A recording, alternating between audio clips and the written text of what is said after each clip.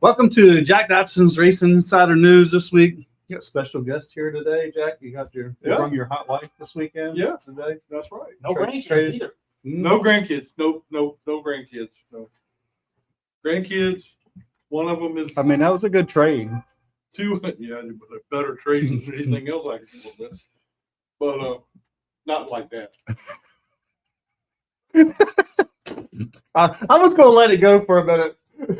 But You know, we ain't got to start something for him because he does a good job of his own. He's good at that. tell me about it. All right, let's talk racing now. Yeah, I love the pink shirt, Jack. It goes with your personality. Yeah. All right, let's thank our marketing. How did you do that? Our marketing partners there. Let's thank Los Compadres. Shout out to Edgar. Edgar, appreciate Edgar. Got the win the other week in the truck Yeah. series. And we'll be going to his new store in a few weeks because he's already said we're going to come and be there to do our show in his new store. So he's going to let us know. Maybe we are famous. We might be. You got some bull, man. Heck yeah. Let's thank Factory Canopies with Todd Davis. Hit Todd Davis up if you want a full custom. I think it's $16.95 full custom canopy, 10 by 20, I believe it is. If you need his phone number, just hit me or Jack up and we'll send you his phone number. Mosquito Joe of Peninsula. Outside is fun again. Get 50% off on your first month of service. Mosquito Joe of the Peninsula. Papa John's, better ingredients, better pizza. Man, Jack loves this Papa John's. I mean, you went on vacation and got Papa John's for pizza, didn't you? No. Oh, you didn't? No, we did not. Got to thank Tanya McAllister with MPM Marketing. If you're looking for somebody to help you write a proposal or make announcements, Tanya's the girl. Thank you, Tanya, for helping us with our fire suit this year. Hopefully it will be coming soon. It should be here anytime. Bonderit's Brothers Distillery, Robert Bonderit. Jack. Oh, that's right. You know, I forgot that Eddie said last week he asked while you was going through Martinsville, did you stop and pick up some product? No. Eddie, Okay. there's your answer. When I come- I think when it I- sounded like you're gonna have to get product for When I- us and Eddie. That's When what we want him to think. we come through there. We were in the wind. We were on our way home, so we were in the wind. Did you stay on the asphalt this time? Keep talking, please. Slinger Speed Company, hit Tim Brown up if you want a local t-shirt shop to do some t-shirts, some other stuff. Langley Speedway, Bill, Chuck, Terry, thank you guys for allowing us to do the show from here. The heat is coming, Jack. A couple weeks. Can't wait. Let's go. Fast Eddie's Barbecue. We'll be having some Fast Eddie's Barbecue on Hampton Heat Week. Pepsi, Mountain Dew, it's mine and Jack's drink of choice. Not Adam's, apparently. My turn to get the water. I was waiting for that. Packet Power Solutions, hit Keith up. I think a generator may come with a free lunch. Just tell Keith. Don't keep the owes your lunch. Just tell him he owes you lunch if you buy a new generator and get an installation. CE Clark Contracting. Oh, Eddie Clark up. Man, if you see his driveway he did, man, that was pretty. I didn't even know he was capable of that kind of stuff. You know, he's pretty sharp. Yeah. Think about it. He's GAC, Great American Company, with Garamo Maya. Appreciate Garamo being with us for such a long time. Miles of Seamless Gutter. Thanks to Vivian, Daniel, Courtney, Mark, Kurt, everybody at Miles that puts up the money for us to give away. We greatly appreciate that. We'll be working on something soon to get out the announcement for this year. So start working on some videos to put your name in a hat for some sponsorship packages next year. We'll probably do the same thing, 3 and kind of divide it up. But we're working on some extra perks for the second, third place. Working on some of that stuff. So Frontline Performance, Race Fuels, Parts and Lubrications, the hottest fuel at Langley Speedway. before you go back, before you get to the next one, make sure you plug the shirt there. We got, you know, the shirt we. No, being we're talking about Frontline Performance, the old and dusty white and black t-shirts. We're still taking some orders. We're going to put the orders in. I think Sammy's going to try to run them next week. They're $25 a piece, white or black. I can't wait to get this shirt. Me either. I mean, Jack is not just famous. He's not just famous in his own mind. And making shirts out. I mean, shirts, what are they? You know, Yeah. about us. We don't get into But it ain't. I mean, we ain't old and dusty either. But well, yeah, it's double-edged sword, really. And just think about it. If Sammy wins this weekend, that'll be 8 straight wins. he did mention. He said he forgot to mention it in Victory Lane, but he said he's got 2 more shots next week just to say it. So Yeah, they got a twin night coming up. yeah, next race is so. Saturday night, Yeah. fun night. So yeah. So We'll have 2 shots at it. Rodney Davis is black. So we'll take black. Cool. Um, Get your orders in. yeah. So get your orders in. Hit me, Jack, Adam up. We'll make it happen. Then AM Media, Ashley Miller. Yes. So thank her for helping us with some marketing or some graphic stuff, because me and Jack, that's not our forte. We're good at, as we know, running our mouth. We got a witness of that. What's up, Brandy? Looks like more coral color. Well, we're gonna call it black. No. No, he's talking about. I'm talking about my shirt. Oh, no, that's pink. Mason said he went to Los Compadres after test last week. The breakfast burritos is the bomb. I bet their breakfast stuff is pretty damn Everything good. there was good. We've had Brandon says, what are you good at? showing up. What's up, Fast Eddie? With right. that, what's the news, Jack? All right, let's talk about some news and some winners from this past weekend. In the Cup Series, Ryan Blaney, I mean, he demolished the field. Anytime he wanted to go to the front, he was there. And, of course, I didn't watch the race till the next day because I won't stand until 2 o'clock in the morning. Well, I fell asleep. I'm like, well, I guess it ain't. It's gonna be tomorrow. Yeah. And then I seen some messages that we got. It was like, Yeah. green flag. They're gonna drivers in the car. What? 12 o'clock or 11:30. So I didn't stay up and watch it. In the O'Reilly Auto Parts Series, Justin Allgaier got his 6th win of the season. He is on a tear, and he's already clinched the regular season championship for the O'Reilly Series. That's great. And Yeah. in the Truck Series, Grant Enfinger come out of nowhere and got the win in the Truck Series. That was a good race. Our buddy Butterbean finished 12th. Man, they keep pulling them out. I mean- I thought he wouldn't do anything. We were here at Langley last Saturday, and I seen he on the way here. It's like he was a lap down with like 6 laps in. I'm like, yeah, well, that's gonna be a terrible day. And I didn't look again, and then I looked, and it's like 12. Pretty good. Down in Hickory, in the limited late model, Jackson Tovo got the win. And in the second limited late model, Tony Breidinger got the win. That was her first ever win. So that was a pretty good deal for her. In the Super Trucks, Mike Bumgardner got the win.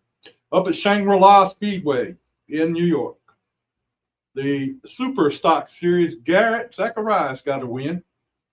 I think that's win number 3 or 4 for him this year. Down in New Smyrna in the Pro Late Models, Palmer Hall got the win. At Sobo, late model race number 1, Trevor Ward got the win. Late model race number 2, Bobby McCarty got the win. And both of those gentlemen will be here for the heat. So that's going to be a big deal. Wake County, Landon Huffman won both late model races. Up at Dominion, in the American Racer late model division, Aaron Donnelly got both wins. The mods, Eric Folks got the win.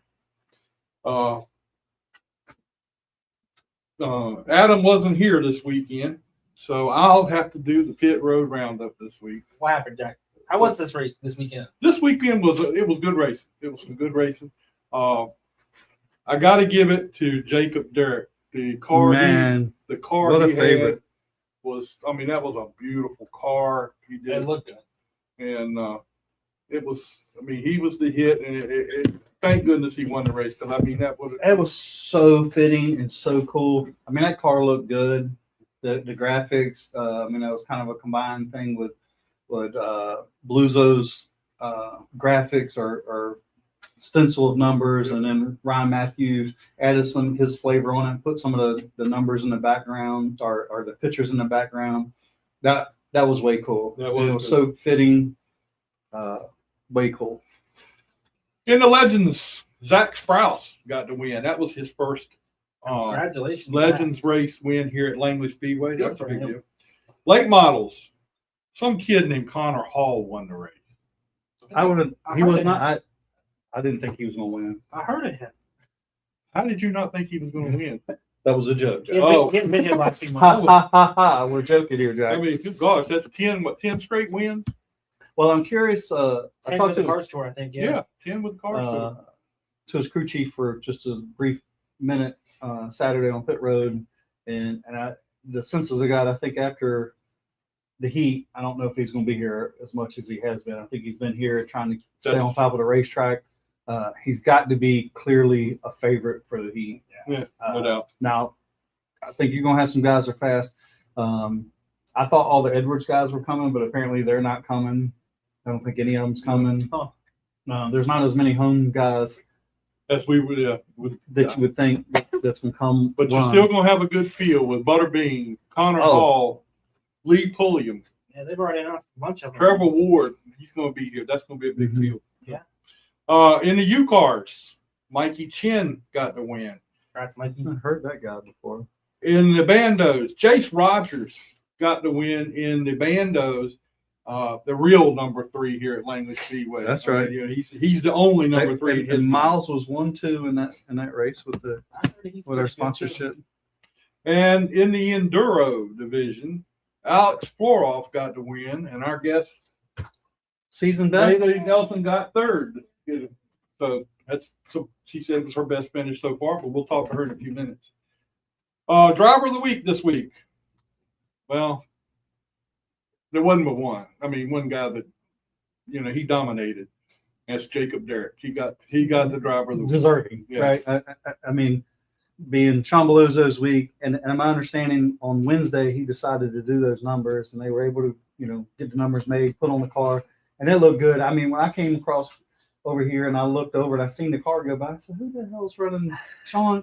I mean, I had a flashback there for a minute. I'm like, "That's Sean's number," and then I'm like, "Well, who is that?" And I didn't put the mulch sponsorship, and I looked and I'm like, "Oh, that's Jacob." Oh man, how cool! Yeah, that was cool. But anyway, congratulations And I to think he's Jared going to be a pretty good little Jacob driver Derrick. someday.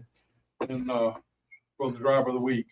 Langley Speedway this coming weekend. They got a big race this weekend. The limiteds are here, and dual races for the super streets.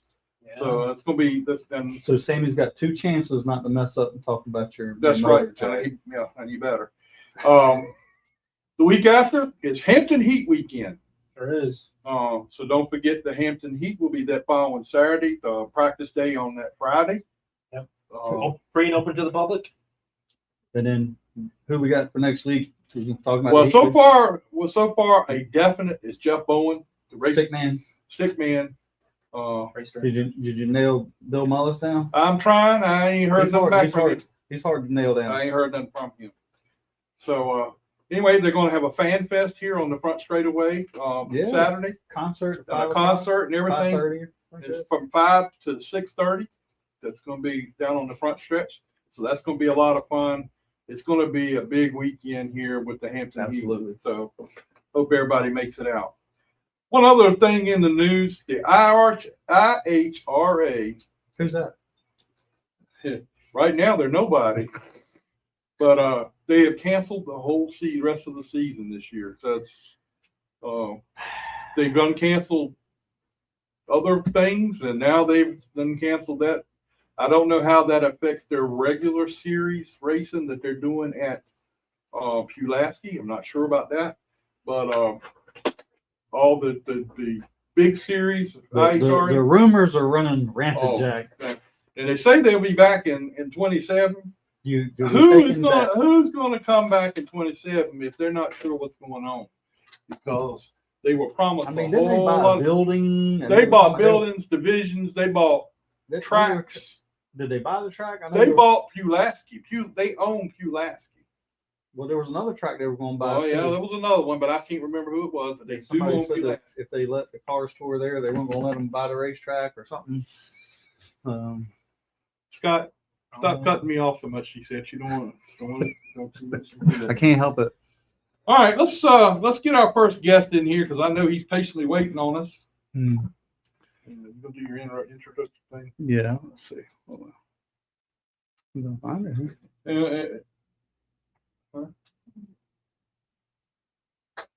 Clay Gaston. I'm Matt Lee Weiss, and you're watching Jack Dodson'S Racing Insider News with Scott Dowling and Adam WELLBROck. Thank you. There you go.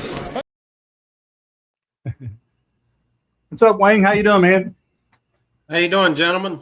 How's it going? This is an honor to have you on here. I've heard so many wonderful things about you through the years. You sure they were all wonderful? Yeah, my son spoke very highly of him when he was in the series working in racing. Spoke very highly of him. So it's an honor to have you on, and we appreciate you taking the time. Oh, absolutely. You sure that everybody said something good? I'm sure there was some of them that didn't. Well, I heard some good things about you, about how you were, the people that the guys who Fair. were racing, they knew who was in charge and who was the boss. They knew that you were there and you treated everybody fair and like they were supposed to be treated.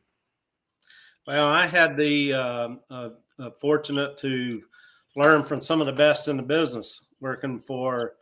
I'm one of very few people that got to work for every France family member. So I got to learn from a lot of good people: Les Richter, Bill France, Mike Hilton, Jim France, Lisa Kennedy, Ben Kennedy. I've worked for all of them. So I got to learn from a lot of very good people, but you're only as good as the people that you have around you. And I had a lot of very, very good officials that surrounded me, and it made the job a little bit easy, So, yeah, so had a great career. Now, when you started this business a long time ago, where did you start and how did you get to where you were when you got out?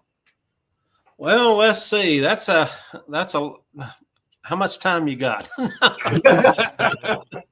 So I started at Hickory Motor Speedway and worked myself up. Went to Tri-County Motor Speedway as the chief steward there, and got inducted into their Hall of Fame this year, which I'm pretty proud of. An honor that I don't look for accolades, but we're very proud of what we accomplished over the years that we did this. And then Ed Cox came and asked me if I would travel with our back then Goodies Dash series, or the 4-cylinder compact series, subcompact series that we had. That was in 87. And then became the series director in 91, was director, went to Daytona. Everybody gets a kick out of this little story that I got here. So I went to Daytona in 1995 as the series director of the Goodies Dash series. I left Daytona as the series director of the Slim Jim All Pro series. And then I went back to Daytona in July as the Slim Jim All Pro series director. And I got a phone call to be in Mr. France's office as soon as I got to Daytona. We were running a race over at Volusia County, and I got to Daytona and I went straight into Mr. France's office, and himself and Les Richter came in and talked to me and asked me if I'd ever been to Milwaukee before. And I said no, and they said, well, here's your plane ticket. You're going to Milwaukee as our new truck series, Craftsman Truck Series director. Super Truck Series presented by Craftsman is the way it was. So I didn't know if I couldn't keep a job in 1 year or what I was going on. So Daytona was sort of like a homecoming there. So then in 2012, Mike Hilton called me in the office, and man, did I learn a lot from all those people. And in 2012, in November after the season, he asked me how I was going to feel being the nationwide series director at the time, which is O'Reilly now. So then I ended up there. So very fortunate. Had 33 years as a series director and 38 years with NASCAR as a total. And man, what a dream come true. So, yeah, I was very fortunate. But like I say, you're only as good as the people you have around you. And I had some really, really good people that we worked together with. It never was we worked together. And that includes the teams too, the owners, the drivers, the crew members. You said your son remembers me being in there. So it took all of us to make those cars and trucks go around in circles. Yeah, it takes a lot to keep up with everything and make sure everything goes off like it's supposed to. I mean, that had to be a heck of a responsibility that you had to keep up with. Well, I'll say it again, you're only as good as the people that you surround you with. And we were very fortunate to always have a good group around us. And recently just checked off Le Mans as a bucket list item and went and worked a historical stock car racing classic NASCAR over in Le Mans, France 2 weeks ago. Man, was that that was definitely a bucket list item right there. So I've been very got to hang out with a lot of good people. So you're still involved in some ways that you're not just not on a regular basis with it, but you're still involved, and that's got to be good that you can go do those bucket list things. Well, John Doonan, the president of IMSA, called me. I retired in December 31st of 24. And John Doonan called me in January of 25 and says, hey, I don't know if you want to do this or not, but man, we'd really like for you to come and help us out with this new series that we got going, which is the historical stock car race and NASCAR Classic is what it's called. They needed a liaison between IMSA, HSR, and NASCAR, and it worked out very well. And I said, well, how many races you talking? He said, well, right now we got 3. I said, I think I can do 3 a year. That'd be all right. And then he let me in on the possibility of going to France, flying into Paris, getting to see it, going to Le Mans, working out. I says, I'll tell you what, you send me a contract, buddy, I think I'll sign it. So very fortunate. But man, what a dream come true of getting to have the career that we had. Yeah, absolutely. Wayne, do you have a moment that you had to make like a tough call that you could share? And do you have a favorite moment? I mean, you've had to have a lot over the years. Well, there's a lot of them probably is not suitable for your podcast that you have here. I guess one of the funniest ones and one of the hardest calls that are made. So there's 3 drivers that we went through.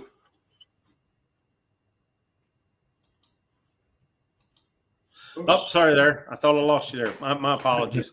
Probably on my end. So we were at Watkins Glen, New York, and I just had dinner with Ron Hornaday a couple weeks ago for his birthday, and still stay in contact with him, Jack Sprague, Mike Skinner, at least once every 2 weeks. We're all 3 sending a little text around, just big buds nowadays, But anyway, we were at Watkins Glen, and we were coming down to a green-white checker. The truck series was the only one that did the overtime stuff. So we were at that time.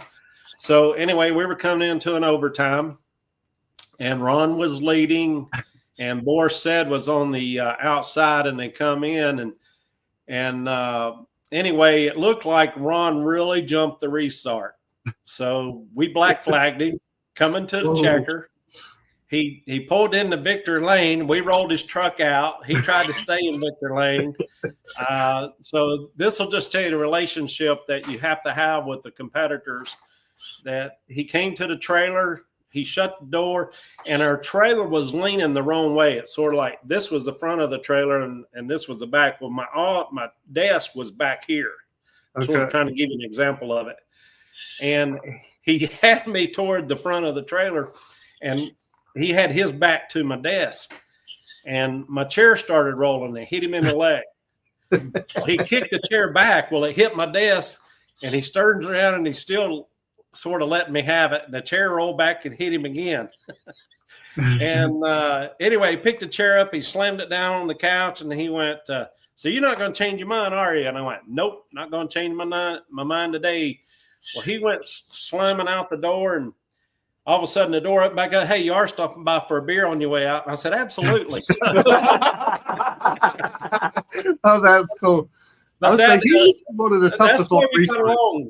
That's the way we got along. You know, it's just one of the coolest. And he still says today, he says, you know, you still owe me that win. So, and the first thing he said out of his mouth a couple weeks ago when we went out to dinner, he said, hey, you really going to tell me what really happened at Watkins Glen? You knew daggum good and well that Boris's truck broke, and it just looked like I jumped. You still owe me that win. So, but that was one of the fun times in the trailer.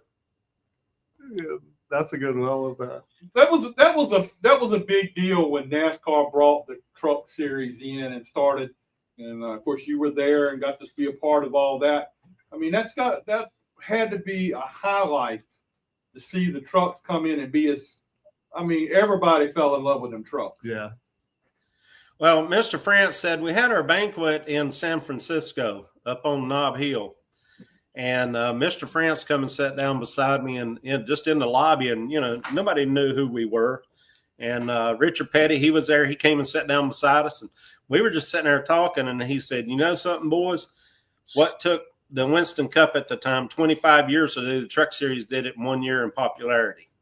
So it all started with the drivers and the racetracks that we went to. You know, we did halftime breaks so keep the costs down for the teams. And we went to a lot of unique places that we had to figure out ways to do pitting and get them in the racetrack. We actually in Evergreen, Washington, we worked in a chicken barn. They cleaned it out whenever we got there, and that's where we had the trucks garaged at. And then we'd roll them inside the racetrack and we'd go at it. So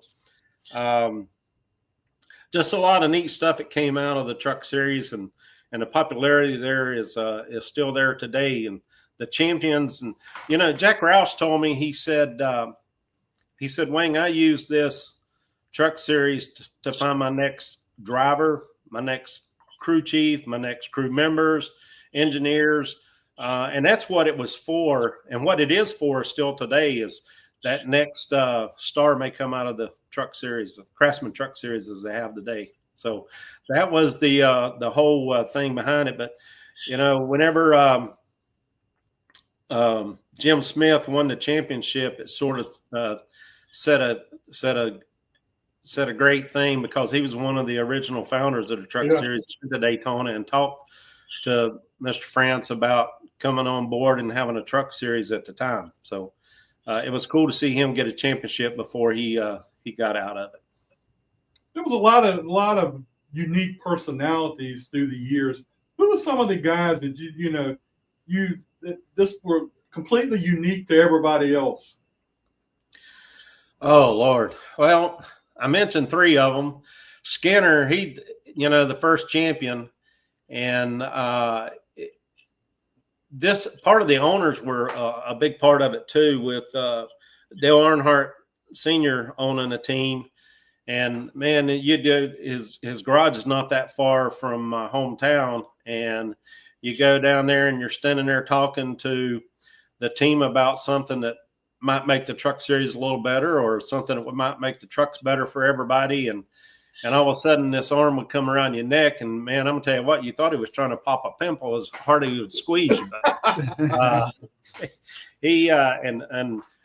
can tell you that the uniqueness of the Truck Series was because it gave everybody a new foundation to show how good they were. I mean, when you're talking the champions that we had, Johnny Benson, Ted Musgrave, Ron Hornaday, 4-time champion, Jack Sprague, 3-time champion, Todd Bodine, I think he's a 3-time champion.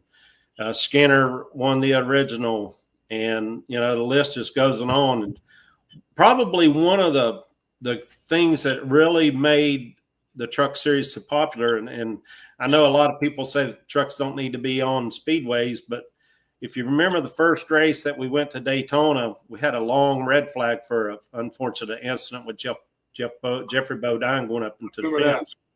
But the drivers got out and stood down in turn 4 signing autographs in the middle of the race while we repairing the fence. So that's what made it so popular, because the drivers were always accessible to the fans. They didn't have the big time sponsors like there is today, that they had to go do this or that, or go over here or go over there. They really just got out and hung out with the fans, and that's the reason the Truck Series became so popular. Do you still keep up with everything and go to the track more? I mean, I know you went to Le Mans, but I mean, do you go to the track some and hang out with the guys and see them again? Well, one of the races that we did with the HSR NASCAR Classic last year was at Watkins Glen. That's the first time I'd been back to a racetrack in a garage.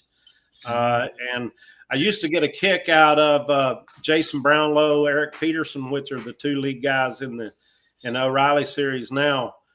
Jason called me and said, "Hey, you want to park the haulers today?" Because that was part of the highlight of the weekend, was getting to park the haulers. And so I surprised all the drivers by be standing there parking the haulers. So went to Rockingham this year. I went last year, but I got a ticket and I set up in the grandstands. That was my first Cup race in like '84 that I had the fortunate to be able to work a Winston Cup race at the time for the Gazaway family and for the France family. And so Rockingham sort of is one of the places I like to go to, just because it was the first big time race that I ever got to work. And I went back this year and set the same spot in grandstands in turn 4 and had a cold beverage while those guys were working, and I was sending them all a text. I was sitting up there watching them. So I do keep up with the racing. I don't go to racetracks much anymore, other than I went to Le Mans. Did go in the garage at Rockingham this year, but Martinsville coming up. I started going to Martinsville when I was 8 years old with my dad, and he was a NASCAR official. My brother Buster, he is one of about 5 people that got a 50-year award, and he got that before he retired last year. So Martinsville probably going to go to this year at the end of the season to see how things are going, because that's one of my favorite racetracks with Clay Campbell, and I've known Clay since both of us are about the same age. So I've known Clay for a long, long time. Well, Wayne, we appreciate you spending a little time with us today. Maybe we can get you back on here and talk some more about the history and learn a little bit from you and how things went back in the days when you were bringing it along. Yeah, some more of them stories. I love that Ron Hornaday story. That is so funny. Well, like I say, I probably got some that can't be repeated here on this. So, but I'd be remiss if I didn't mention that about Kyle Busch, how much a influence he was on my career. Also, people just didn't realize how he was outside the race car. They saw what he was inside. But I always answered a lot of people when they asked me how was he to deal with, and I said, well, let me ask you a question. If you have a quarterback that throws an interception at the end of the Super Bowl and is okay with losing the Super Bowl, are you going to have a quarterback that threw an interception at the end of the Super Bowl and just mattered? And you know what? That's Kyle Busch. He could not stand to lose, and he's surely going to be missed, but he was one that really helped me in my career as far as how to deal with extracurricular activities. Let's put it that way. He's a great champion, and he will be missed. And also, I just learned that Tom Bledsoe, I don't know if y'all have read this or not, Tom Bledsoe, which was a longtime NASCAR employee, he was the Grand Am series director back in the early 2000s, passed away today. So also need to say condolences to his family. So yeah, hey, it was nice being on here. Thanks for the invite. And as you can see in the background, I'm in Wayne's world. I got my 3 students over there. I always have them with me at all times. So you guys have a good one. And I love listening to you before I came on tonight, that you talked about a lot of the local racing, because that's where it all gets started at. Everybody needs to go and support their local racetracks. Yes, sir. Thank you. Thank you, Wayne. We appreciate it, bud. You're welcome, guys. Anytime. All right. Thank you.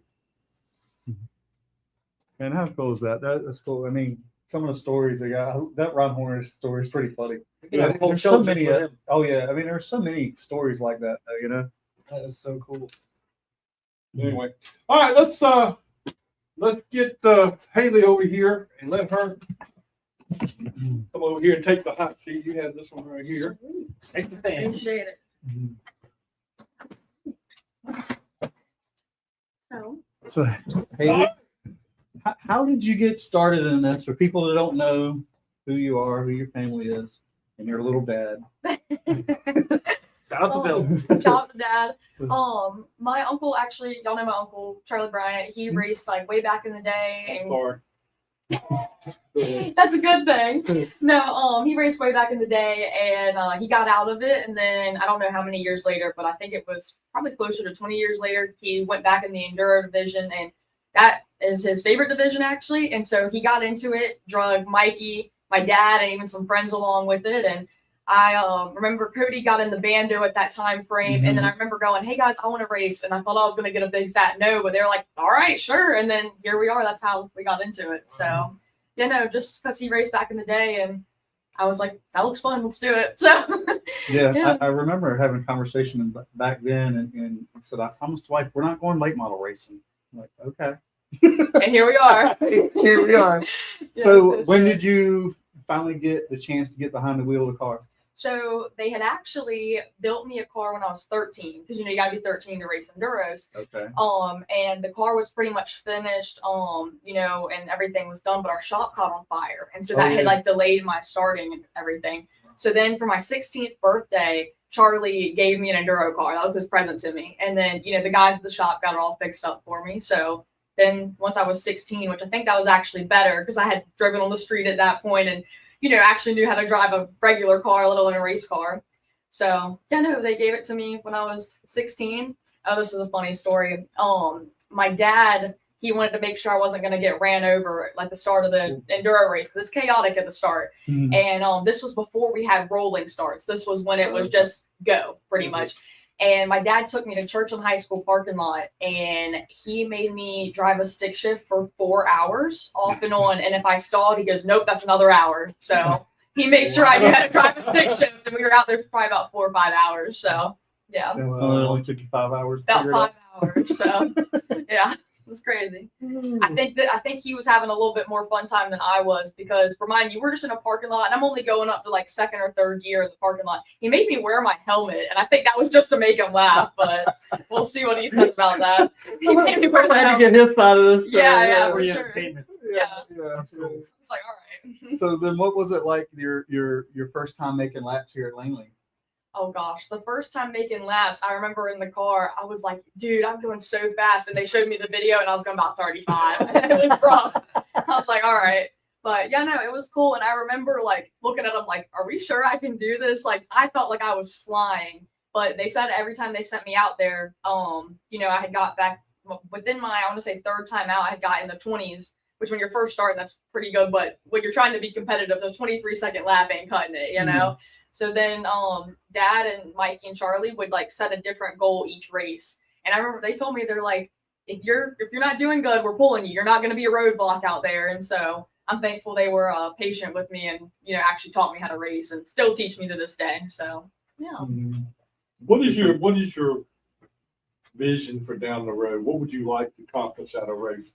Honestly, it's just for fun. I think it's really cool. Like I'm kind of steadily starting to have a platform in it.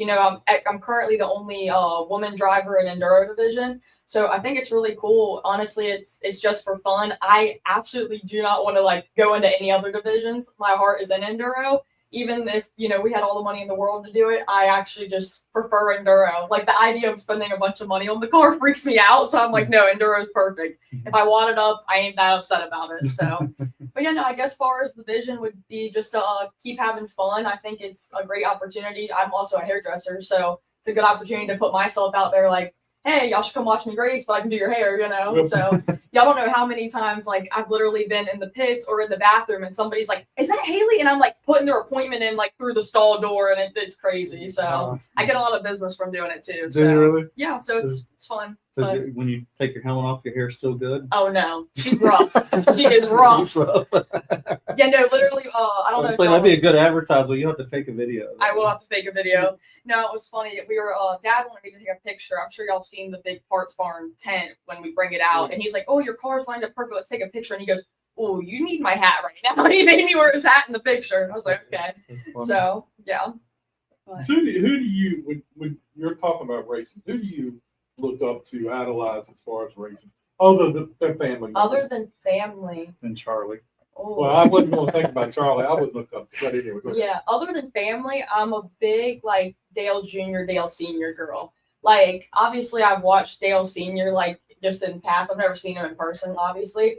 But then, like, you know, seeing him and his racing style, that was so cool to me. And I don't race like his racing style, but that was who I looked up, like, kind of having that more offensive driving style.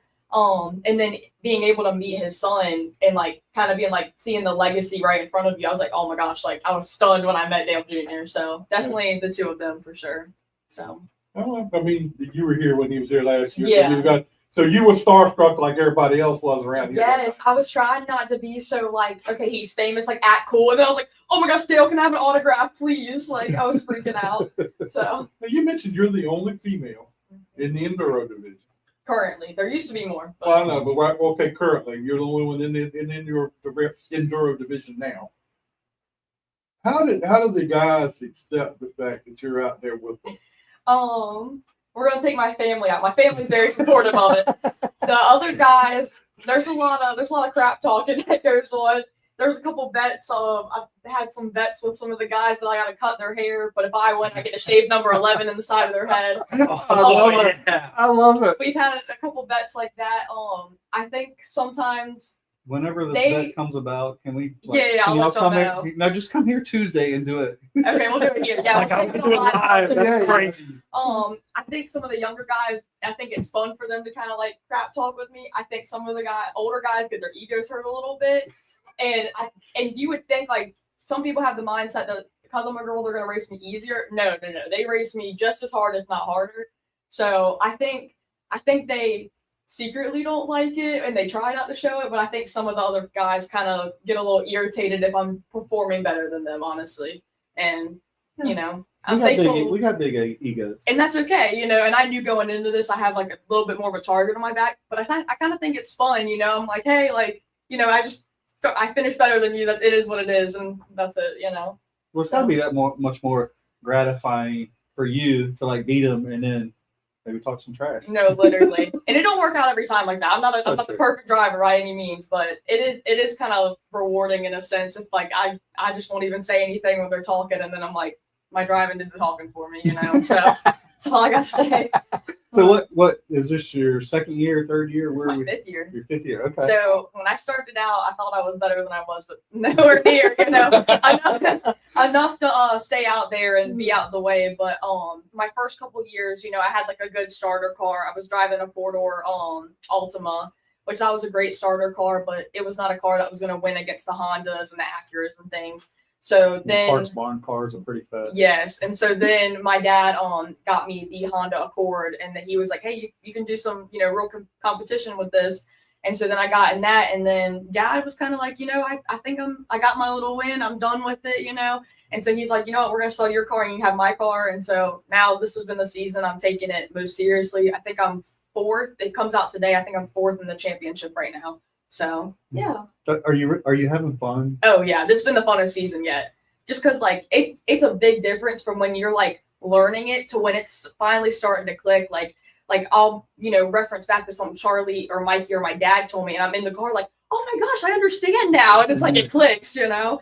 And so they always give me pointers after the race, and it helps me a lot. So Now, is this fun? You know, I mean, your family here during the weekend, and you know, I mean, it's kind of family ordeal, right? oh yeah, very family oriented. And we've all been close even before we got back into racing, but just being with each other every weekend, we're very close in the family. So Do you have any siblings? no, I'm an only child. So thankfully, Cody and Kaylee, that's Charlie's kids, they've grown up, you know, we've all kind of grown up together. It'd be nothing for me to go over to their house for a week or they come to my house for a week. So I got the best of both worlds when it comes to being an only child and having siblings. So they're my siblings for sure. And then my aunt Charlotte, her 2 kids are Colby and Shelby, and they're just like siblings for me too. They're the older I'm siblings. so sorry. I mean, it's, Are you sorry? hey, you should have called me as a sibling. I mean, We like to stir stuff up. Oh, I'm sure. That's gotta be fun. Now, who do you go to when you have a driving tip or hey, this is what's happening? Who do you go to? Mikey and Charlie. I go to my You don't go dad. to your dad? I go to my dad, but he claims I don't listen to him, so he refers me right back to Mikey and Charlie. So I go to Mikey and Charlie. I kind of joke around. Charlie's the one who's gonna kind of be more like, hey, like do this, and he can like tell me like if I couldn't even know if the car was tight or loose, and I'm like, Charlie, I keep turning left too much, and he's like, all right, the car's tight. Like he just knows. Yeah. Mikey's my pep talk man. Like if I'm freaking out before a race, I'm like, Mikey, I need a pep talk, and he like gets me calmed down a little bit. So yeah, no. I think the first time I remember seeing your dad was when he was upside down and they had to get him out of the car. Yes, that was the scariest night of my life. Actually. Really? So I wasn't racing at that point. I hadn't been. He was in the ditch over here in 3 and 4, Oh, upside down. It was his Facebook profile for the longest time too. But yeah, no. Me and my mom were just here with some friends, and this was before I really was going in the pits. You know, just hanging out in the stands. And I remember I was with a friend. I had like looked up for 2 seconds, and I'm like, dang, it's been a red flag for a good while. And I'm looking, I'm like, I don't see my dad. And I was like, okay, dad's over here. And I'm like, there's a car in the ditch. And I'm like, It's hard to tell the number when he's upside down. And so I'm like, we gotta go. I think that's my dad in the ditch. And then it was chaos from there. But thankfully, Yeah, it was a little chaos because they didn't know to get him out or try to flip the car over before they got him out. Well, did you ever hear that story of what the Langley official said on the inside of I that can't car? remember. So back then, dad was 6'3", 300 pounds back then. And the Oh, guy, what's he down to now? he's like 230 now. He's lost some weight. But yeah, no, he I kid you not, the guy was like, all right, sir, I'm gonna pull you out of here. This is dad's son. And my dad goes, no, you're not. He goes, I told him I'm 3 bills, 6'3". And the guy, me and mom laugh about it every time, but the Langley official like yells out and like he was looking under and gets up and yells, we got a biggins, and they had to like push him up in the car. But you know, Oh, that's hilarious. they ended up like dropping him on his head, the Oh, chain yeah. snap. I And forgot so- about that. And so I remember me and my mom were like, all right, he's done. Like, we're going to the hospital. And then thankfully he was fine. fine, yeah. Thank God. But yeah, I no. forgot about the chain or whatever because they wouldn't get him out because they thought the car wasn't stable. So they were like, let's get the car back up on right side up. And then, yeah, I forgot about that. Yeah. And you know how he got into that predicament, right? Mm-mm. So him and Mikey were racing, and I don't know how he got to where he was upside down, but Mikey was the one that tapped him and he ended up in the ditch. So yeah, no. Oh, that's hilarious. All in good fun. But Yeah. Now, how is dating when you have your father as big as he is? Like, is it intimidating? I yeah. can imagine. For my boyfriends for sure, but I think dad likes it that way a Oh, I'm little sure. bit. Yeah, no, I think I'm it's sure funny. he likes it. Before I found the guy I've been with, me and Luke have been together for over a year now, but before me and him got together, you know, if I'd ever talk to somebody out here, I think they'd be a little petrified to come and talk to me. I'd have to go to their pits to talk to them. Oh, I'm So sure. yeah, I'm it was definitely a challenge, you know. sure. Yeah, I think it's funny too because not many guys expect like a girl to know their way around a car, and like I don't know how to work on it by any means. But I'm not dumb enough to be like, oh, like what is PSI or what's this or like I can know the lingo a little bit. So I think like you know for a while there it was like different people would kind of gravitate towards me because I understand racing. It's not like I'm gonna be mad if you're out on a Saturday at the racetrack, you know. But yeah, no, dad definitely scared some guys off for sure, 100%. Oh, I bet. Yes. I totally could see that. Well, that comes with the territory, being a dad with a daughter. So It's normal. I would, I didn't do stuff like that, but Yeah, I'm sure. Sometimes it played in my favor though. If there was somebody I did not think was cute, I would literally tell my dad to come walk with me somewhere. So well, do you have any sponsors? Anything you'd like to I shout out? do. I want to shout out my sponsors and then the people who helped me on my car. Let's do it. So my sponsors are obviously Parts Barn and Bryant Motorsports. They have all your used auto parts and car needs.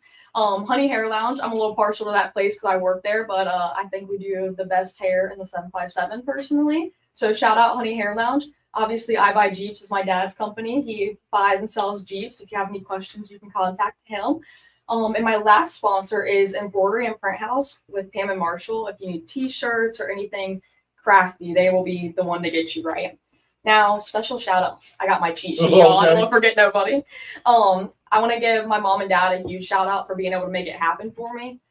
Without them and their support, obviously this would be null and void. Like you know, I'm their only child and they let me strap in a car. Like, that's actually crazy. Obviously my Uncle Bubba, my Aunt Holly for giving me the car and, you know, being my car owner and sponsoring me. I want to say thank you to all the guys who work on my car, Mikey, Roger, Mark, Colby, Cody, David, Ryan, and Luke. So thank you to all of y'all for making it happen. I really appreciate it. And it would not be possible without them because I can't tell you, I can't work on the car one bit. Like, I know nothing when it comes So to they that. don't make you go out there and work on the car at all? I mean, I just gotta like change my tires, torque the rims and stuff like that, but I don't know how to work on it. I couldn't tell you what the difference between the transmission, the clutch, or the carburetor is. Well, he knows the lingo. I know how to drive it. I that's told good. you that's why the guys like me, because of the lingo. I can't tell you what everything else is, but I just know I know the difference, but I can tell you. He could talk enough trash. That's exactly what I'm getting at. Yeah. That's the Bryant way. Okay. Yeah, you're right. Oh my god. Too good. Well, we appreciate you coming and being with us Yeah. tonight. Thank you for being here, Of and course. we'll get you back again sometime. Go out there and get a win, and we'll get you back in here real quick. It's Hopefully coming, tomorrow. man. It's coming. Hopefully tomorrow. I'll knock on the table. But thank y'all for having me. I appreciate this opportunity. Great, no problem. We appreciate you being here. Of Thank you. course. All right. All right, I see Trey sitting there waiting on us. All right, let's do another. Will y'all be in my picture real quick? Yes. Yeah. Jeez. Thank you. Thank See you. Y'all have a good evening. You too. This is Cole Bruce, driver of the 31 Club Tails Toyota Camry in the Late Model Stock Car Series here at Langley Speedway, and you're watching the Jack Dodson'S Show with Scott Allen. Hello, Trey. How's it going, man? Oh, good. How are you? Getting ready for the race up here next week. Yes, sir. Yes, sir. Getting ready. Actually, currently down in Florida for some work, but definitely been preparing, getting hydrated, starting early, and getting the car ready with RNS. So, looking forward to coming down there and getting some testing in. What are you doing in Florida? What do you do? Did you freeze there? What do you do in Florida? I worked with Duke Energy in the Carolinas, and then sometimes we'll travel to the different regions, and got some meetings down here this week. So, getting some. Yep, So just- how long have you been racing, Trey? I've known your name for a while, but how long have you been racing? So I started racing at South Boston in a pure stock in 2013. I was 15. I'd done the motorsports program through the high school. Yeah. So started there. But before that, I was racing go-karts on dirt. Probably I started that when I was 10. So I've done that for about 5 years and won some championships in the go-kart series. And we moved to the pure stock, like I said, when I was 15 and done the motorsports program and just kind of went up from there. They have a pretty good motorsports program there at the school. What's his name that runs that? Short guy that builds the karts. So when it first started, they had middle school, Buddy Wilburn, you had Danny Wilburn, Doug Newcomb. It was kind of a group effort, and I'm not up to speed with it now. I think it's actually they have a welding program and like small engine repairs now, but it's not like into the NASCAR scene like we were. We had a limited car and a pure stock car that we kept up there and kept at the school, and all the kids worked on it and had a pit crew. So some of that's went away, but it was fun. It was a great learning experience for me working with the kids. We learned a lot, and having Danny Wilburn as a mentor at 15. Picking me up. We was leaving school at 1 o'clock to go test at the racetrack. So in high school Living racing. a dream. Yes, sir. Yes, sir, for sure. So. Now, And did your dad race or anything? No, so I got the desire to race from my cousin Bruce Anderson. Watching him win all those limited races and being such a young age, just kind of got the itch for it watching him. That's a name I hadn't heard in a long time, Bruce Anderson. So what's he up to these days? So he's building a great business with the outdoor landscaping.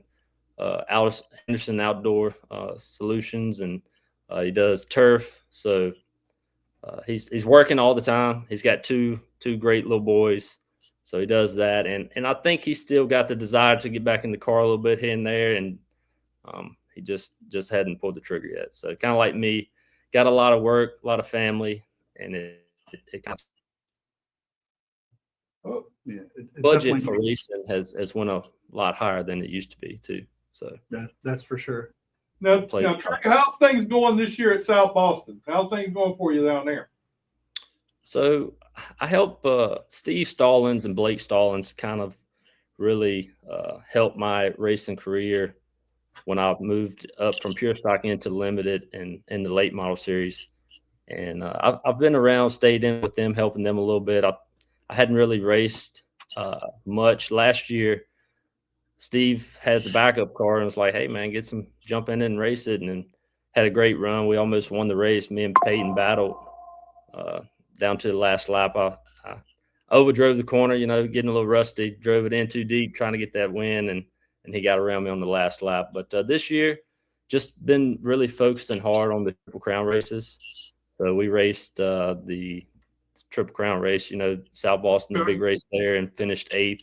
We had a good car. I wish we'd have had a little better starting position. But all in all, 8 plates, didn't tear nothing up.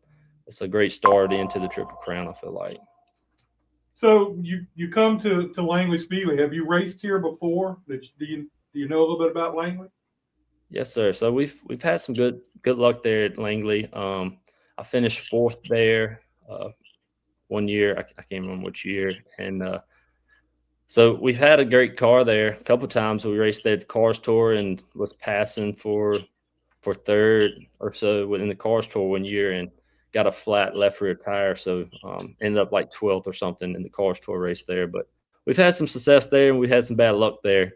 So it just hopefully we have the good luck when we come up there this next weekend. And we got a car. I know we got the equipment with RNS race cars capable of winning and got a great team around me. So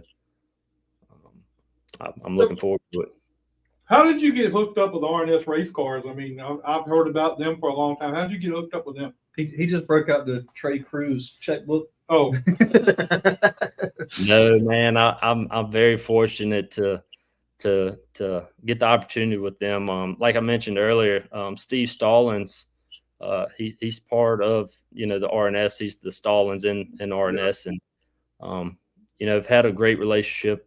Been pretty much part of the family, really. He's really mentored me and took me in. Him and Blake, look at Blake like a brother, and Blake's been in racing a long time, so they've done very well with their business and the Stallings Collision Center, and he sold it, and he's been very, very great for giving, for our sponsorship to provide opportunities for me. And that's how I met Marcus, and Marcus and myself have raced. He gave me an opportunity, wanted to show his product at South Boston, and every time we've worked together, we've, almost got the pole, been right on the pole, almost won races. So I think he knows I'm capable of winning races, and I know their cars are capable of winning races. So we just continue to try to make opportunities come together. And WG Speaks Heating and Cooling was a big one.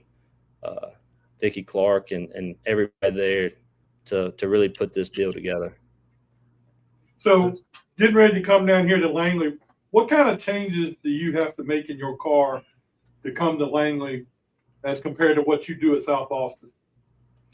So South Boston's high grip. I've got a lot of track time at South Boston, so I know exactly what I need to feel there. Langley, I've raced there a couple times and I've had a good car there, so I feel confident in what I need there. But as far as changes, you need the car to have grip in the rear, right? It's just a low grip track, it's flat, and the changes will be I'd say it's going to be some spring changes, definitely a different package, a whole different package coming to Langley. And Marcus, he's best in the business, when it comes to that, and that's kind of where I'm going to put my trust in. him and Triplet and Luke, the whole pit crew that's helping me work on this. So, but definitely different package. You got to have that grip, but you can't lose the turn there. So it's a little tricky there to keep that turn and keep the rear in the track. So it's going to be a challenge, but I know we're capable of doing it. Now, are you? I'm sure you know they're going to 6 tires this year. In the last few years, they just did 4 tires. Did you want the 6 tires, or would you rather had 4 tires? I personally, I like 4 tires. You have to be smart, right? You don't get no more tires. I personally like that. It's more budget friendly too for a person like myself. I like to save money. So, but 6 tires is fine too. It doesn't really matter. Everybody's gonna get the same thing, right? Yeah. But I would have preferred 4 tires. I think pretty good at managing tires, saving them, and knowing when to go. So, but still gonna have to save some. I don't think you're gonna be able to just qualify every lap there, even with the 2 tires. Yeah. It'll be interesting to see how things work out. It's a little bit different than it was before. But then you leave Langley, and you got to get ready for the next one, which is Martinsville. So do you all have a chance to do any testing before you go to Martinsville? Yeah, I think some opportunities there to get some testing in before Martinsville. And once again, Landon and Marcus and the whole RNS team always has a great package when they go to Martinsville. So I feel good about going there too. And I've got some seat time there as well, raced there 2 times, and we've been pretty good both times. So my first time over there was kind of bittersweet. We had a great car and was in the top 5 with less than 10 laps to go and run out of fuel. So heartbreaking. I really felt like we had a top 3 car, and with 10 laps to go, we run out of fuel. So that's tough. That's a tough deal. Was that the year they had like 50 caution flags the last 3 laps? It was a lot of caution. Car Falk ended up winning it, I think. I think it was actually the year that Josh Berry was so dominant. He just. Oh yeah, okay. Yeah, that was the year. So what's your goals or your expectations at Langley this next weekend? Our big picture is the Triple Crown trophy, right? So a top 5 finish I think would be solid. I really hope to have a car capable to race for the win. That'd be great. But big picture, top 5, and have a car racing where we can run for the win if we get up there to do so. Yeah, it's funny. I forget who we were talking to last week, and he was saying that a few years back you could take an average 5th place finish and win a Triple Crown, but the last couple of years it's almost been like a 2.5 finish to win it. So it's like you have to be on your game. But this year I think is going to be a little different. The way South Boston's kind of mixed things up, and we'll see how this week or next weekend goes. And I think the statistic will come down a little bit. So we'll see. Yeah, and like you said, I think it's the competition in the past few years has went to the roof, right? I mean, people do this for a living now. Unfortunately, I do not, but I wish I could. And it's really, really tough to go out there and race against the best. And then you got, like I said, full-time teams that work on these things 4 to 5 days a week, full all day. So they testing twice, 2 or 3 times a week, and racing every weekend somewhere. So it's definitely not an easy task to go do. So, but setting the bar high. But you were talking about the competition. The guys coming here, you're racing against the best. But I tell you what, down at South Boston, you guys have an elite field of drivers down in South Boston too. Always have. So, and I think that's really big and a big help in big races like this. Yeah, for sure. I mean, I've raced against Philip Morris, Lee, and I've done it, at South Boston as a hometown track, and I've definitely learned a lot by racing with those guys and seeing how hard they work and how hard they drive, and I feel like, some people may get mad, but I really race hard as I can and every lap, and I really don't try to leave anything out there on the table without crashing, because I know how expensive this stuff is, and I'm gonna race hard and be on the edge every lap, but I definitely don't want to see nothing tore up. So. Well, Trey, we appreciate you spending some time with us before the heat. We'll be seeing you when you get down here, and good luck to you when you get here. Yeah, man, I appreciate y'all having me on, and I'd like to give a shout out to all my sponsors and okay, yeah, really thank them for really letting me do what I love. So WG Speaks Heating and Cooling, Adams Construction Company, Bill's Mobile Home, First Care at Home, Woods Creek RV Park, Ream, Hitachi, LP Gear, Ernest, Swift Springs, and RNS Race Cars. It's been a Southside Disposal also. It's a big group of partners that really made this deal come true. So. Well, Trey, we'll see you when you get down here to Langley, and we'll talk to you again then. All right. Thank y'all. Have a good night. All right, you too, man. Thank you, buddy. Thanks, Trey. All right, let's see. Hi, this is Greg Edwards, driver of the 21 late model stock car. You're watching Jack Dodson'S Racing Insider. Air Doug, what's up, man? What's happening? How you guys doing? I was looking at some stuff in my house today, and I have a camera. What do they call it? A frame that keeps pictures rolling in there. You keep seeing. I mean, it runs its own pictures and stuff. You know what I'm talking about? Yeah, we got the picture. Okay. Anyway, I didn't realize until I looked at it. You're in one of those pictures. One of what? You photobombed a picture that's in my frame at home. You would be honored, Jack. You were down in Florence, and you photobombed when I was standing there talking with Dave Adams. You came up behind us and photobombed it, and my wife took the picture, and you were there. I do remember that, actually. That was my first race with Lee. I do remember that. It was on pit road or something, wasn't it? Do what? It was on pit road or something, wasn't it? Yeah, it was on pit road. It was in your pit. Forgot. I looked at it there. I said, that's him standing there. I didn't realize it, and that was you. Look, man, how are things going for you this year? What's going on, and what you got going on? Well, we got the Cars Tour race this weekend, but I didn't really post anything about it, but we went out there to test on last Saturday, and my throttle hung on the first run, so we completely destroyed a car. So that sucks. I didn't hear about that. Yeah, I didn't post anything about it because I was concussed and sprained my foot. So, so I've just mostly been taking it easy the past few days, trying to make sure that I'm ready to go for the car store race this weekend. So I wasn't honestly sure if I was going to run it or not, but I decided today, I felt good enough. I don't really have any symptoms anymore, so I'm going to be racing this weekend now. Now, do you notice that Wilkesboro, I mean, most people don't know that the racetrack is actually angled. Like, I think going down the back stretch, you're going downhill, and on the front stretch, you're going uphill. Do you notice that in the car?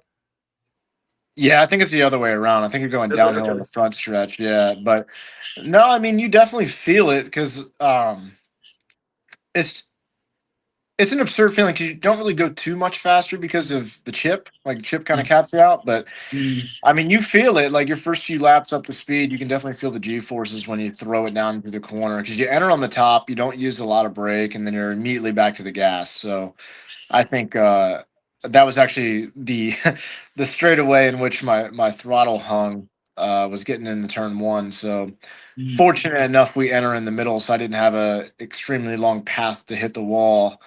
But yeah, you definitely feel it.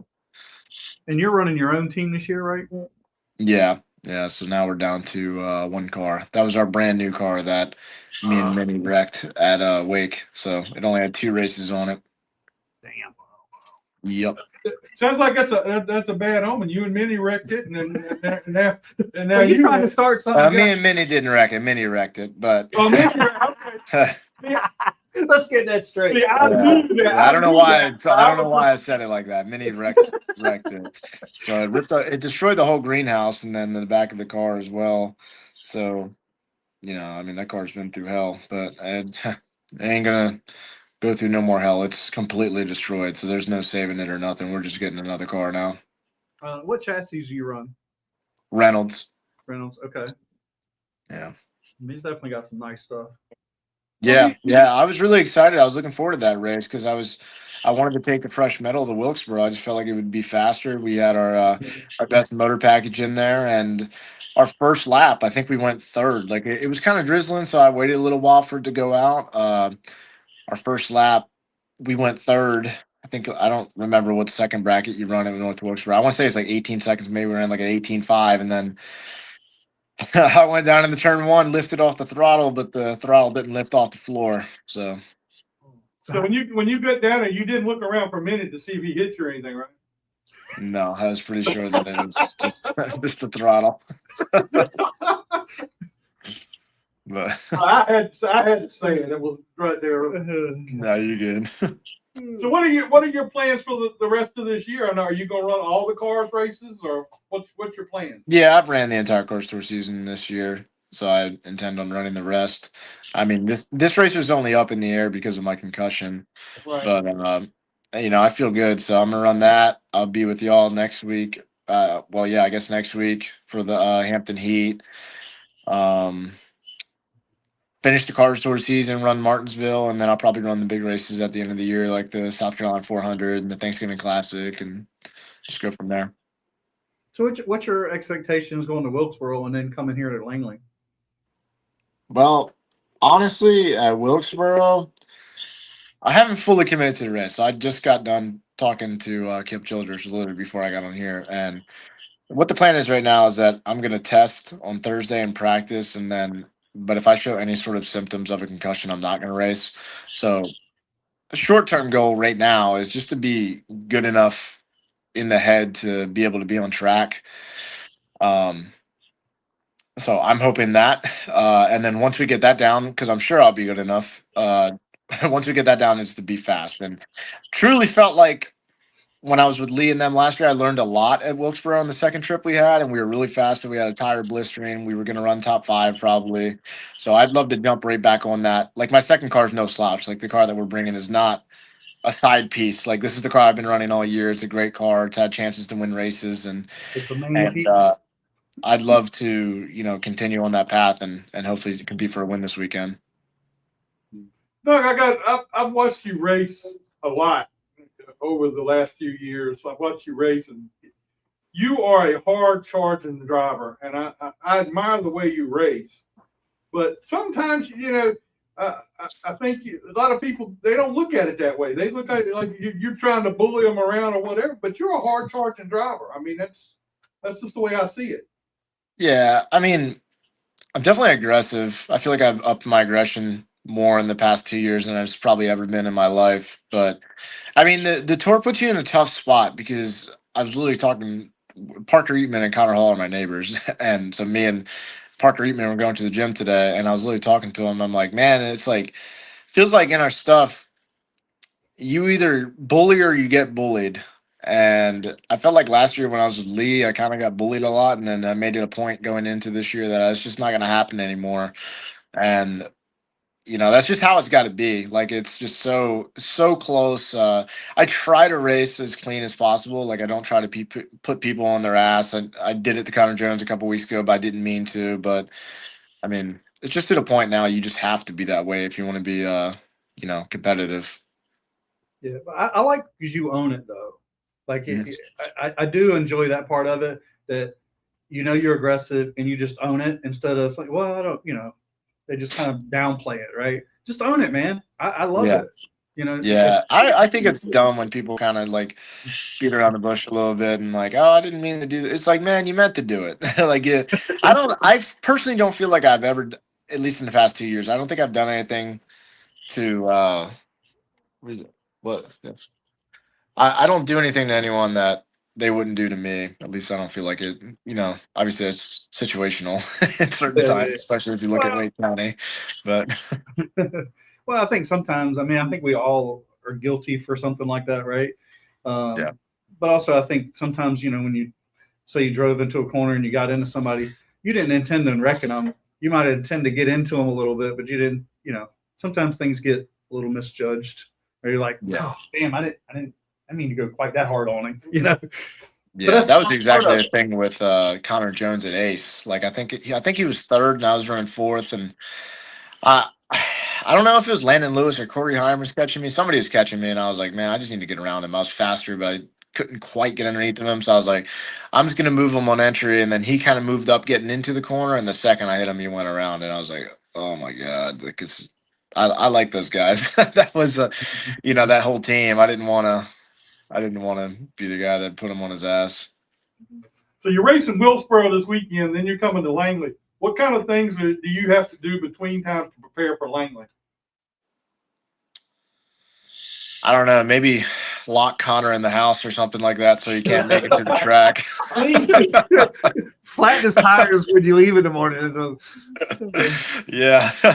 Maybe I'll offer him a ride and then I'll just leave 5 hours early or something. But I mean, I don't know. Honestly, coming into this year, had I gotten suspended from Nashville entirely, not just in the way that I did, I had a couple tracks that I wasn't going to race at, and I was just going to just chill and just go run some stuff that I focused heavily on the tracks that I did want to run. So Langley was going to be one of the tracks that I left out just because I've never really had any sort of success there. And then we went there for the car store race and qualified on the pole. We were probably the second best car there. I kind of got jacked up on some starts, but we were probably the second best car there to Connor. And then I ran out of gas with 5 to go because we kept wrecking for P50. And so it's kind of given me a different outlook on Langley now. Now I'm excited to go back. So now I feel like with a 200 lap race, I have some ideas on how we can be a little bit better. And 200 laps is a long time, so I'm just hoping that we can put ourselves in a good position for this one. Are you doing anything different from before to this last run at Langley? Of course. I'm not saying that on the podcast, so. I love it. Well, I don't know if you were going to say I figured this corner out at Arizona, because I mean, 1 and 2 here is different than 3 and 4. 3 and 4 is easy, but 1 and 2 is a unique corner. Yeah, definitely, with the apron opening up. I learned a lot just racing around Connor and Landon Lewis, and I got comfortable with passing people and just running up front. Like I led probably 40 laps in the car store race and qualified on the pole, which is, if you had told me my first car store pole was going to come at Langley, I'd be like, yeah, right. Like Langley, especially because I think Connor went P1 with whatever second bracket 0.8. And I sent a Snapchat to our group chat while I was in the car. And I was like, my face when Connor goes P1 on his first lap. And then I went out there and beat it. So that was pretty satisfying. Well, I think if you're going to have to get by Connor, you're going to have to go through the grass because he's been running halfway down on the apron. And he's like the only one that's been able to make it work consistently that far down under the yellow line. So it's going to be a tough race. I mean, you got, obviously Lee's running the junior motorsports car. Butterbean's going to be here. I mean, it's going to be a stout field for sure.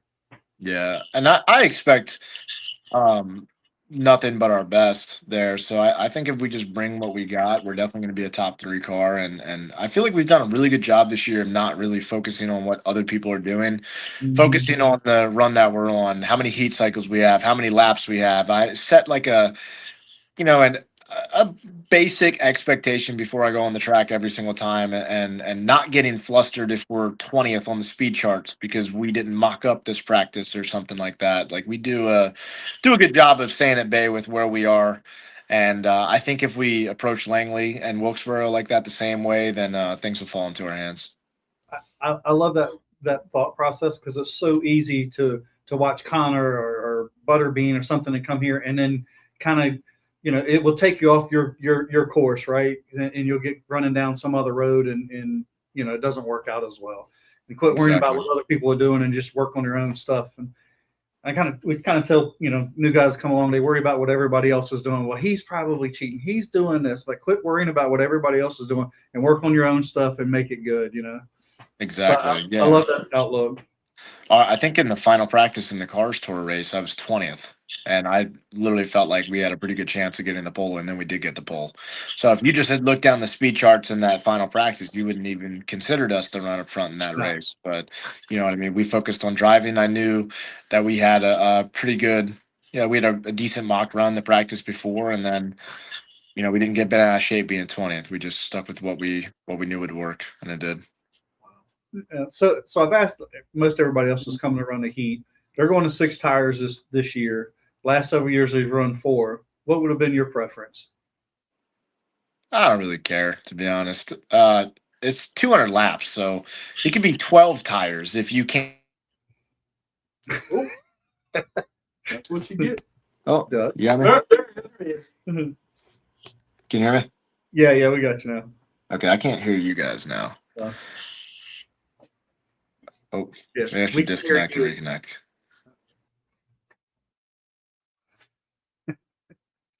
But yeah, he was good in the cars tour. Yeah. Really. And I was surprised too, especially on the pole here. And that's a pretty damn big deal, especially when you're. Oh yeah, and he led. The first quarter of the race, I mean, he was flying, and they were still good at the end of the race, but they did run out of gas. Going into one under caution, it was tough, but they were fast. Sorry. Now you're good. Yeah, that was the Connor Hall actually called me. We're doing a seafood boil out in the garage right now, so I'm assuming that is done. That's why he called me. But yeah, when it comes to tires, I mean, it could be a 12-tire race. If it's if you can't make it 200 laps, it doesn't matter. You know what I mean? Yeah. So cost wise, it'd probably be better for people if it was 4 tires. I think that it definitely makes for an interesting race. You'll see a lot of comers and goers with it being that. I don't really know how much 6 tires is going to make a difference. I'm sure it'll make track position a little bit more important because people are going to be starting on fresh stuff. So if you wait too long, there's going to be a lot of cars to pass when you get down to 50 to go. And I felt like that was kind of the issue that we had last year. It was a 4-tire race, and we we ran around just staying on the lead lap, and then we went and we could only go for about 10 or 15 spots, and we finished outside the top 20. Like, it was just a bad night. So I don't know. How do you guys think it's going to go? You think it's going to be track position important or what? I think so. I think, with getting the 2 tires halfway, I think, guys that have been here like Connor and Brendan, they're not going to save. There's not going to be any comers and goers. I think they're going to want to probably stay in the top 3 to 5. And it's going to be, I think that top 3 or 5 is going to be a little tougher because nobody's going to ride as much. I think it's going to make it a little tougher. I don't know how the overall show is going to be, but I think we as competitors know that everybody's running 1 second to 2 seconds slower than the pace, right? Yeah. The fans in the stand doesn't know it. Like, you can't tell from the outside watching. You're just watching the race, and we see one guy go out to the outside and just drives on up to third. The pace is slowed down, but I think it made it manageable, right? Where you had to manage the tire, because 200 laps on a set of tires here is a long time. I mean, you got to ride for at least 150, maybe it depends on how far up the board you are, right? I don't know. It's going to be interesting. I think it's the first time they've done 6 tires in several years. A long time, yeah. I know they did raise the purse up to kind of cover the tires, but most everybody, I think, except one person, said they would just rather have the 4 tires. So I was just kind of curious of your opinion. Yeah. I mean, if you're going off a cost basis, then yeah, I can see why you would want to do that. I mean, personally, like, it's going to be 6 tires whether you like it or not. So you might as well appreciate the 6 tires because at least you get to be a little bit more comfortable. There's not a more uncomfortable race car in the world than 200 lap tires at Langley Speedway. So That's a fact. I mean, that is a fact. Well, Doug, we appreciate you spending some time with us. Go out there and hide all of Connor's stuff so he can't make Take his here. keys. yeah, I'm going to have to try. And, good luck to you this weekend at Wilkesboro. I understand Minnie's racing down there. Oh my gosh. If you ever have Minnie on the show, ask him what I said to him that broke the ice. So we hadn't talked in like 5 months. Ask him what I said. I'm not going to say it myself. Okay. All right. We had him on a couple months ago. But good luck on Thursday. Hopefully everything goes well. Thank you guys. And Sorry for missing you guys last week. We'll see you here at Langley when you get up here. All right. I'll see you guys then. All right, man. See you, bud. Oh man. Always stirring the pot, man. Stirring that baby. I didn't even think about that. But, that was a good one, Jack. I like that. That was good, yeah. Well, I mean, I knew he was going to be down there, so I did see him on hear Instagram. about him hitting the wall. I didn't hear about anybody No. crashing. Nobody posted it. No. He just said he didn't post it. So Yeah, but I'm surprised. I mean, I'm the surprised word that gets somebody around. down there did one. Yeah. There were people there that. Well, I mean, they had 20 cars that tested. Oh, really? Mhm. I didn't even. I Yeah, they had 20 assumed it was cars. them I testing. was talking to Ryan Burrows to see how Burrows did down there, and he said that they were 12th, 11th or 12th. Felt really good about the car. So he's like, out of 20 cars, it's not bad. Yeah, that sucks, man. Oh, shoot, he's probably hauling the mail. Yeah, I mean that place is fast. Yeah. Uh, Jeez. I mean, you're not off the gas long. I mean, just a blip and you just mad it because you don't have any. For these cars in the banking and the track, you don't have any. Well, you have tires, but you don't have any motor. All right, well, that's our show for tonight. Pretty good show. I mean, we had Wayne Alton, which was an honor to have him on here because I've been trying to get him in the past, and Haley and Trey and Air Doug. Air Doug. Well, I was waiting for you to say something about. No. That His I won't- YouTube channel? No. I was talking about Haley with what's his name? Oh, Their the ordeal. 24. Oh, well, I wasn't gonna do that either. Next time. Anyway, next week's show, we are our last show before The Hampton the Heat. Hampton Heat. We're gonna have Jeff Bowen, Stickman. Stickman. Going to be here with us. He's And going to I'll talk jump about And race. he's not calling the race. We Yeah. heard. He's not calling the race. Yeah. Yeah. I forgot who He is. will be in the booth, but Yeah. Danny Willard is going to be calling the race, Wow. and so that'll be. That's awesome. Even I think Brandon is even going to do the flag stand for that race. So. Mhm. Yeah, and I think that's not a bad idea. I don't know if we'll end up calling Martinsville, Yeah. probably. So I think it'd be good for all three races to be consistent in that way. And that was a good call on Stickman's part, and it was his suggestion. That was a great call. Yeah, so it'll be a cool night. Concert on the front stretch, 5:30, I think it was. Shout out to PBR. 5:30, the 5 to 6:30. PBR, man, we'll have to go back someday. Yeah, we'll have to stay from Langley Speedway. They might let us in. PBR is sponsoring the Fan Fest I know. next weekend. I know. So come on out and have some fun. We'll see some I people know. there. I know. All kinds of people are going to be I bet so. there. Never know who you run into. Or at PBR. What? Yeah. You gonna go there or not going there? All right, man. Appreciate y'all tuning in tonight. Look, like and share our show, See you and Saturday. we'll see you Adam will be here this weekend. Nope. I don't know if Scott will be here. No, I got plans this weekend. Oh my goodness, really? Yeah. I'll be in I'm Baltimore. spending quality He's time going with to my Vegas wife, again. Jack. Huh? I'm spending quality time with my wife, Jack. Well, I am too. That means he's going to Vegas. Again. Probably. No, it's not until November. Oh. Okay. He'll be at Martinsville. Jack's, he's Oh, not. that's right. He's not going to Martinsville. That's right. Yeah. I don't know why he keeps winking at me when I say that. I don't know. I'm not going to Martinsville. It's an anniversary. Unless he wants to start over the numbers, kind of like Randy. Randy was telling me this weekend that I asked him, was he working the Hampton Heat? He's like, well, I don't know. They asked me to, but it's mine and Connie's 43rd anniversary on Friday before, and they want me to work Friday. And I said, well, unless you want to start over, you might want to stay home. Yeah. That's Start. He said, start over. I said, yeah, start over at 1. yeah. Because it ain't gonna be 44 next year. It's gonna be 1. All right, well, we'll see you next week and have a good week.